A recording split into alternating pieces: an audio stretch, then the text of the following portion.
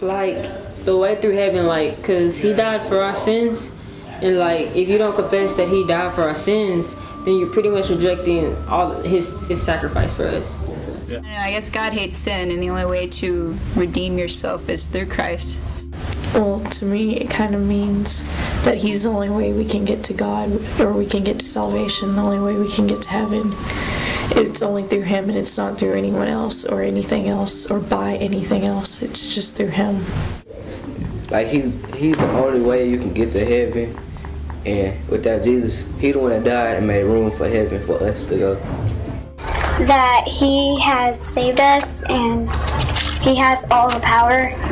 I think that means looking at all the other paths in life besides the path of living for God, choosing Christianity and choosing the life of Christ over the life of society or humanity, and seeing that as better and more fulfilling. Well, I think it's sort of like a link in a chain, that like we're down here at the bottom and God's at the very top, and Jesus is the second chain in the link, second link in the chain. Yeah. And that he connects us to God. He's the one that you should always go to if you ever need something. He paved the way for us to be able to get into heaven through him. He was there to wash our sins away, to take that burden from us.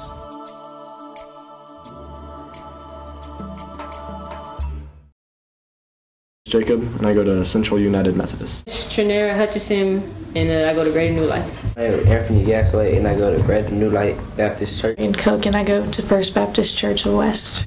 Matthew McWhorter, Central United Methodist Church. And I'm Kate Smith, First Baptist Church, Valley Mills. I'm Erica Pack. This is FBC, or First Baptist of Valley Mills. My name is Haley Renfro, and I go to Central United Methodist. Jeffrey Smith, First Baptist Church, Valley Mills.